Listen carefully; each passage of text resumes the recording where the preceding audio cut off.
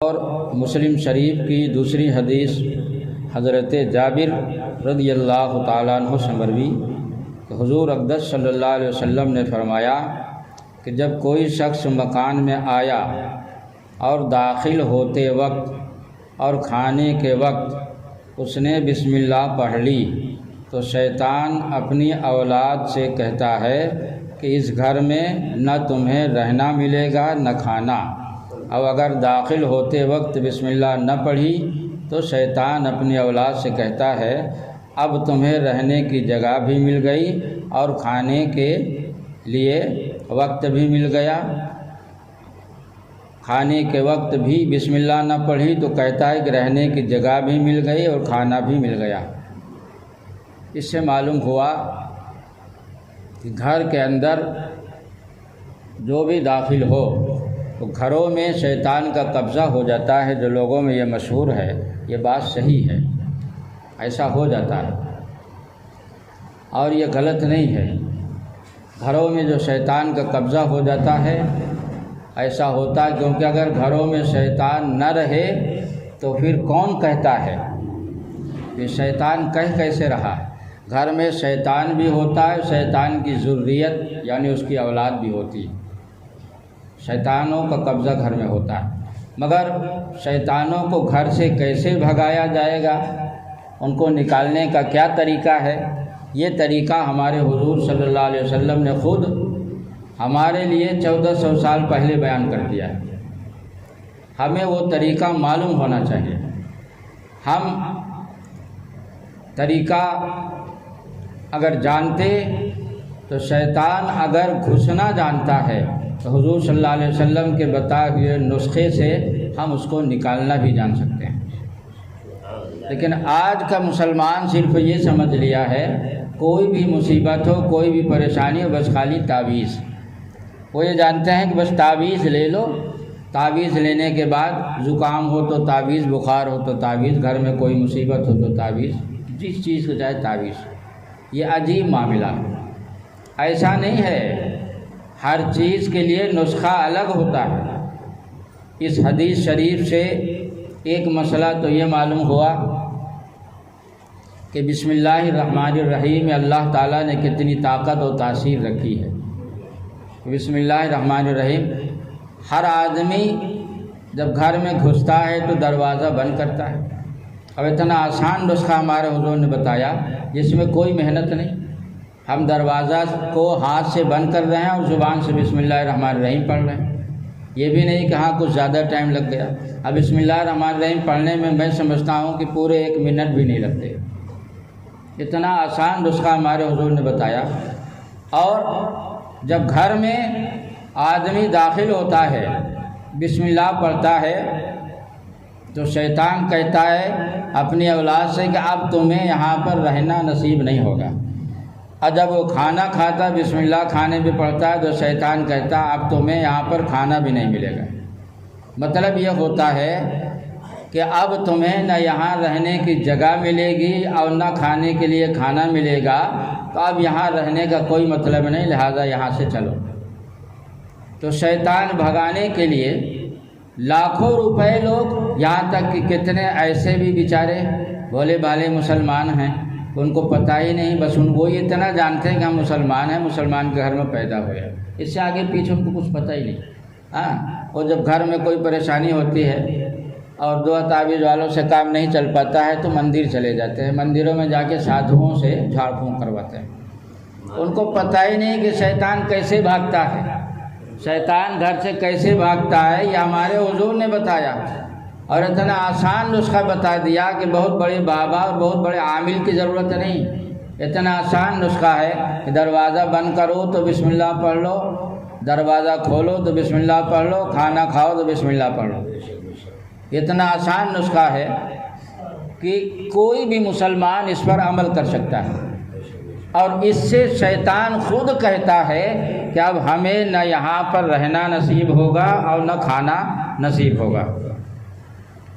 بخاری شریف اور مسلم شریف دونوں میں یہ حدیث شریف ہے۔ حضرت عمران ابن ابو سلمہ رضی اللہ تعالیٰ عنہ سے مروی کہتے ہیں کہ میں بچہ تھا، رسول اللہ علیہ وسلم کی پرورش میں تھا، یعنی حضرت ام سلمہ جو آپ کی بیویوں میں سے ایک بیوی ہیں، جب وہ حضور صلی اللہ علیہ وسلم سے نکاح کی تو پہلے شوہر سے ان کے ساتھ ایک لڑکا تھا۔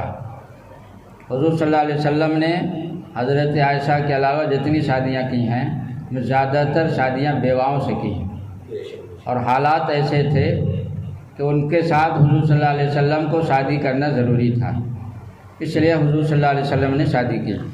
تو یہ جو ہے تو پہلے والے شوہر سے تھے، تو یہ اپنی ماں کے ساتھ حضور کی پرورش میں تھے، اور حضور صلی اللہ علیہ وسلم ان کو اپنے ساتھ کھانا کھلاتے تھے۔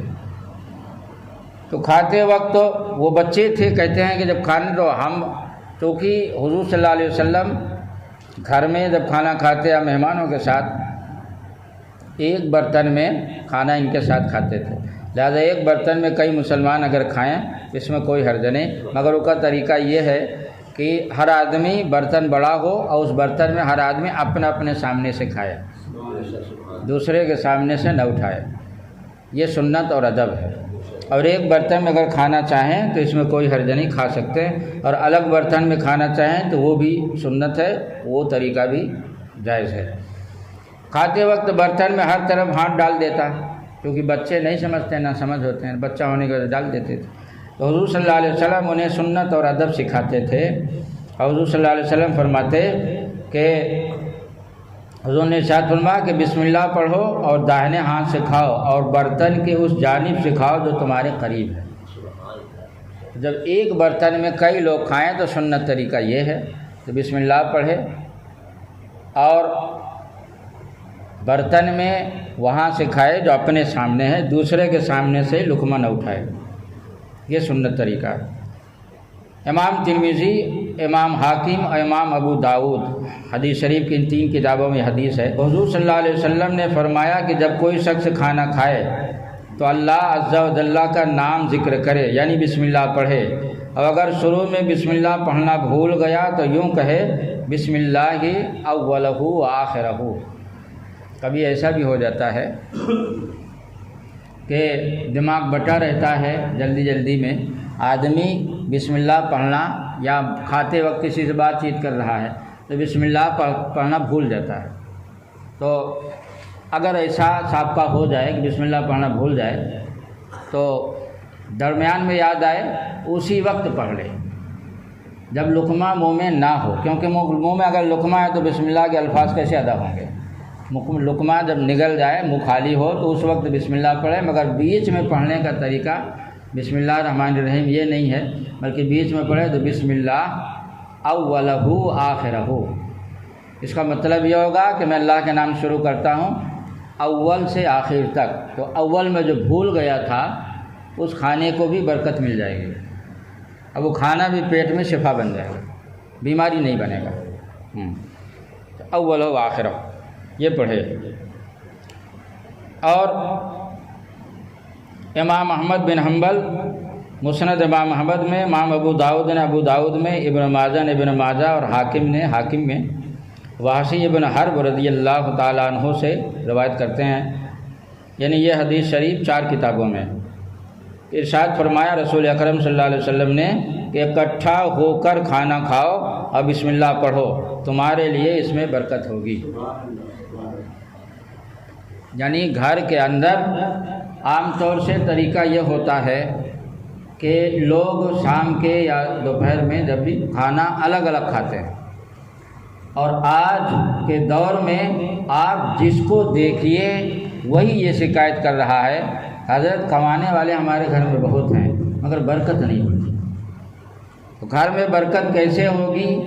اس کا نسخہ ہمارے حضور صلی اللہ علیہ وسلم نے یہ نسخہ بھی بڑا آسان بتا دیا ہے۔ گھر میں برکت کیسے ہوتی ہے؟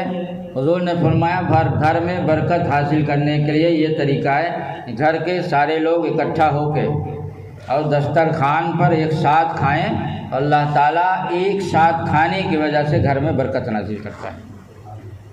اور سنت کی نیت سے کھائیں تو سنت بھی ادا ہوگی۔ اور ابن ماجہ شریف میں یہ بھی ہے کہ لوگوں نے عرض کی کہ یا رسول اللہ ہم کھانا کھاتے ہیں اور پیٹ نہیں بھرتا، یہ شکایت آج بھی کچھ لوگ کرتے ہیں۔ میرے سامنے جو ہے ایک صاحب یہ شکایت کر رہے تھے کہ ہمارا دل کھانے سے بھرتا ہی نہیں، ہم چاہے جتنا کھاتے چلے جائیں، کھانا کھاتے ہیں۔ اس وقت بھی حضور صلی اللہ علیہ وسلم سے کچھ لوگوں نے یہ شکایت کیا کہ حضور کھانا کھاتے ہیں مگر سیر نہیں ہوتے، یعنی دل نہیں بھرتا، پیٹ نہیں بھرتا۔ تو حضور صلی اللہ علیہ وسلم نے اس کا نسخہ کیا بتایا، دیکھیے، اس نسخے سے آپ بھی فائدہ حاصل کیجیے۔ ارشاد فرمایا کہ شاید تم الگ الگ کھاتے ہوگے، شاید تم گھر میں الگ الگ کھاتے ہوگے۔ عرض کی ہاں۔ فرمایا اکٹھے ہو کر کھانا کھاؤ اور بسم اللہ پڑھو، برکت ہوگی۔ یعنی اس سے تمہارا پیٹ بھر جائے گا، تم محسوس کرو گے کہ ہاں اب ہم کو کھانے کی حاجت نہیں۔ جو لوگ جانوروں کی طرح کھاتے چلے جاتے ہیں اور اس کے بعد بھی ان کو یہ حسرت رہتی ہے ابھی ایک آدھ روٹی اور کھا لیتے تو اچھا تھا، اور جانوروں کی طرح کھا کے آتے ہیں، وہ لوگ شروع میں بسم اللہ نہیں پڑھتے،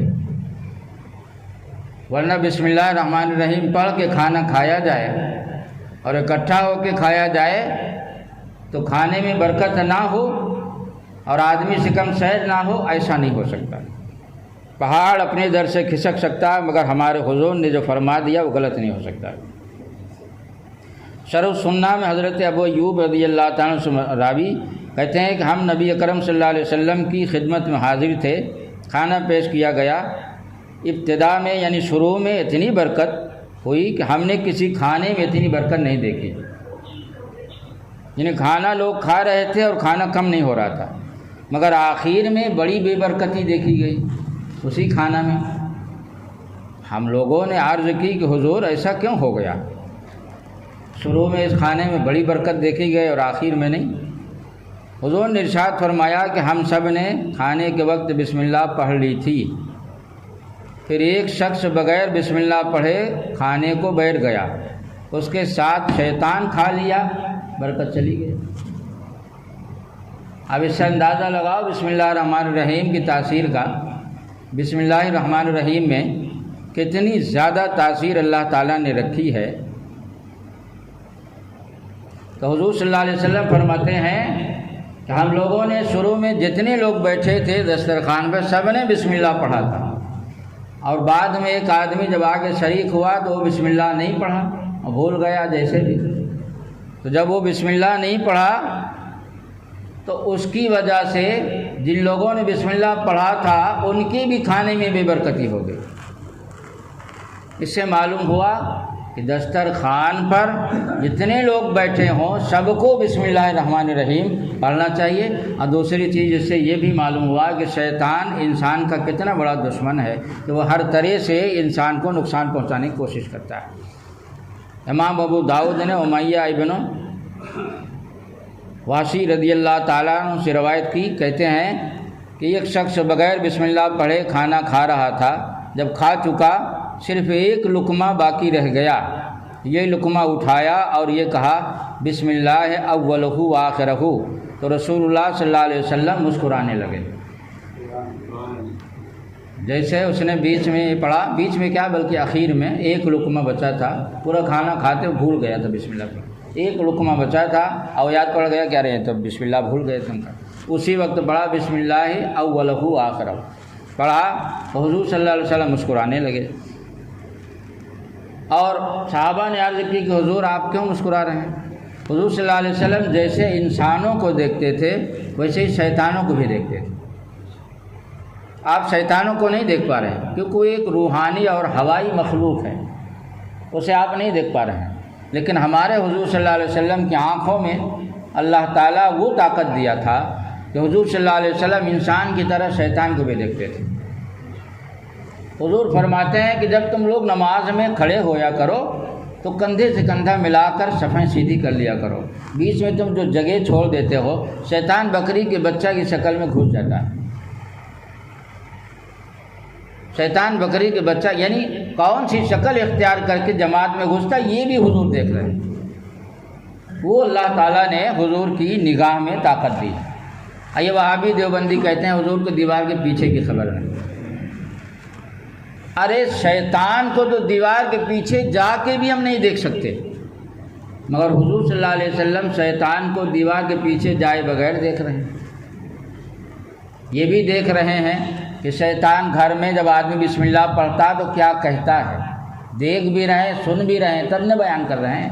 حضور نے فرمایا جب آدمی بسم اللہ پڑھتا ہے دروازے پر، بسم اللہ پڑھتا کھانے پر، تو شیطان اپنے اولاد سے کہتا ہے اب یہاں پر ہمیں نہ کھانا ملے گا نہ رہنا۔ تو حضور گھروں کے اندر جو لوگوں کے شیطان ہے اسے بھی دیکھ رہے ہیں، وہ کیا بولتا ہے اسے سن بھی رہے ہیں۔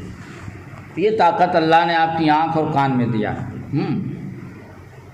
تو حضور صلی اللہ علیہ وسلم مسکرا دی۔ صحابہ نے عرض کی کہ حضور آپ کیوں ہنسنے لگے، کیوں مسکرا دیے؟ حضور صلی اللہ علیہ وسلم نے فرمایا کہ شیطان اس کے ساتھ کھانا کھا رہا تھا، بسم اللہ نہیں پڑھا تھا، شیطان شریک ہو گیا، اور جب اس نے بسم اللہ پڑھا، اللہ تعالیٰ کا نام ذکر کیا، تو جو کچھ اس کے پیٹ میں تھا اگل کے بھاگ گیا۔ بسم اللہ میں اتنی بڑی طاقت ہے کہ اگر شیطان کچھ کھانا میں شریک ہو گیا ہو اور بسم اللہ پڑھا جائے اسے بھی اگل کے تب بھاگتا ہے۔ یہ بسم اللہ الرحمن الرحیم میں، اور اعوذ باللہ من الشیطان الرجیم میں بھی مشکات شریف میں ہے کہ صحابہ نے عرض کی کہ حضور نماز پڑھتا ہوں تو وسوسہ ہوتا ہے، تو حضور صلی اللہ علیہ وسلم نے فرمایا کہ اعوذ باللہ من الشیطان الرجیم پڑھ کے اور بائیں طرف تھکا دو تو شیطان کا وسوسہ چلا جائے گا۔ اعوذ باللہ من الشیطان الرجیم کے افسوس، مگر یہ یاد رکھنا کہ ہر چیز کا نسخہ ہوتا ہے، اس کو جاننے کی ضرورت ہے۔ مثال کے طور پر ڈاکٹر نے آپ کو 3 ٹیبلٹ دیا کہ آپ کو ایک صبح کھانا، ایک دوپہر کو کھانا، ایک شام کو کھانا، اور آپ تینوں ٹیبلٹ کو صبح ہی کھا لیے، تو یہ اگرچہ دوا بہت اچھی چیز ہے، اس سے ہم کو آرام شفا ملتا ہے، مگر اس کا نسخہ اگر غلط طریقے سے استعمال کریں گے نا، تینوں ٹیبلٹ صبح کھا لیں گے تو اس سے آرام نہیں، اس سے دقت اور بڑھ جائے گی۔ ہاں، یا ڈاکٹر نے شوگر میں شوگر کی دوا دیا اور گھر آپ لا کے شوگر کی دوا کنارے کر کے بلڈ پریشر کی دوا کھانا شروع کر دیا، اس سے کچھ ہونے والا نہیں۔ معلومات جو نسخہ روحانی نسخہ بھی اسی طرح ہوتا ہے۔ ہمارے حضور نے جہاں پر بسم اللہ پڑھنے کے لیے فرمایا وہاں بسم اللہ پڑھی جائے، اور جہاں پر اعوذ باللہ پڑھنے کا حکم دیا وہاں اعوذ باللہ پڑھا جائے۔ کبھی کبھی ایسا ہو جاتا ہے نا، بار بار نماز پڑھو بھول گئے، سلام پھیرنے کے بعد 3 ہوئی کہ 4 ہوئی، پھر پڑھو، پھر لگتا ہے کہ ایک ہی پر سلام پھیر دیا، کبھی لگتا ہے 2 پر سلام پھیر دیا۔ یہ صورت جب پیدا ہو دماغ حاضر نہ رہے، 3 مرتبہ اعوذ باللہ من الشیطان الرجیم پڑھیے، اور بائیں طرف منہ کر کے، اور تھکانے کا مطلب یہ ہے کہ تھوک منہ سے نہ نکلے، کیونکہ آپ مسجد میں ہیں، آپ مصلی پہ ہیں، تھوک نکلے گا تو گندگی ہوگی، تھوک نہ نکلے، صرف ایسے ہی جو ہے مطلب دھتکارنا مقصد شیطان ہے۔ اعوذ باللہ 3 بار پڑھ کے دھتکار دیں، اس کے بعد نماز پڑھیں، انشاءاللہ دل حاضر ہو جائے گا، دماغ حاضر ہو جائے گا۔ اسی طرح رات میں کبھی کبھی ایسا ہوتا ہے کہ ڈراؤنی خواب آ جاتا ہے، شیطان کی طرف سے ہوتا ہے، آنکھ کھل جاتی ہے، اور اس کے بعد پھر آپ سوتے ہیں، پھر اسی ٹائپ کا ڈراؤنی خواب نظر آتا ہے، پریشان ہو جاتے ہیں۔ اس کے لیے بھی ہمارے حضور نے جو نسخہ بتا دیا ہے، جس کا جو نسخہ بتایا اس کو اسی جگہ استعمال۔ اعوذ باللہ من الشیطان الرجیم 3 بار پڑھ کے آپ بائیں طرف تھکا کر اور دائیں کروٹ لیٹ کے سو جائیے، انشاءاللہ وہ شیطانی خواب جو آپ کو پریشان کر رہا، ڈرا رہا ہے، وہ دفاع ہو جائے گا۔ تو ہمارے حضور کی سنت میں معلوم ہوا کہ ہمارے لیے دنیا میں بھی فائدہ ہے اور آخرت میں اس کا ثواب جو ہے وہ تو باقی ہی ہے۔ قرآن میں اللہ فرماتا ما عندکم ینفد وما عند اللہ باق، دنیا میں جو تمہارے پاس جو بھی مال و دولت زمین جیسا وہ سب فنا ہو جائے، ختم ہو جائے، لیکن جو خدا کے پاس تم نے بھیج دیا اپنا ثواب وہ باقی رہے گا، کبھی ختم نہ ہوگا۔ حضور کی سنت ایسی رحمت اور ایسی برکت ہے کہ ہم سنت کے مطابق کھانا کھائیں، سنت کے مطابق دروازہ بند کریں، سنت کے مطابق سوئیں، ڈراؤنی خواب نظر آئیں تو سنت کے مطابق اعوذ باللہ من الشیطان الرجیم پڑھ کے تھکا دیں، تو ہماری دنیاوی زندگی بھی رحمت اور برکت بن جاتی ہے۔ اور آخرت میں اس سنت پر چلنے کا جو ثواب ہے وہ الگ۔ اللہ رب العزت سے دعا ہے کہ اللہ تعالی ہم سب کو حضور کی سنت اختیار کر کے اپنی دنیا اور آخرت دونوں جہان میں سرخروئی حاصل کرنے کی توفیق عطا فرمائے۔ جو حضرات سنت نہیں پڑھے سنت پڑھیں۔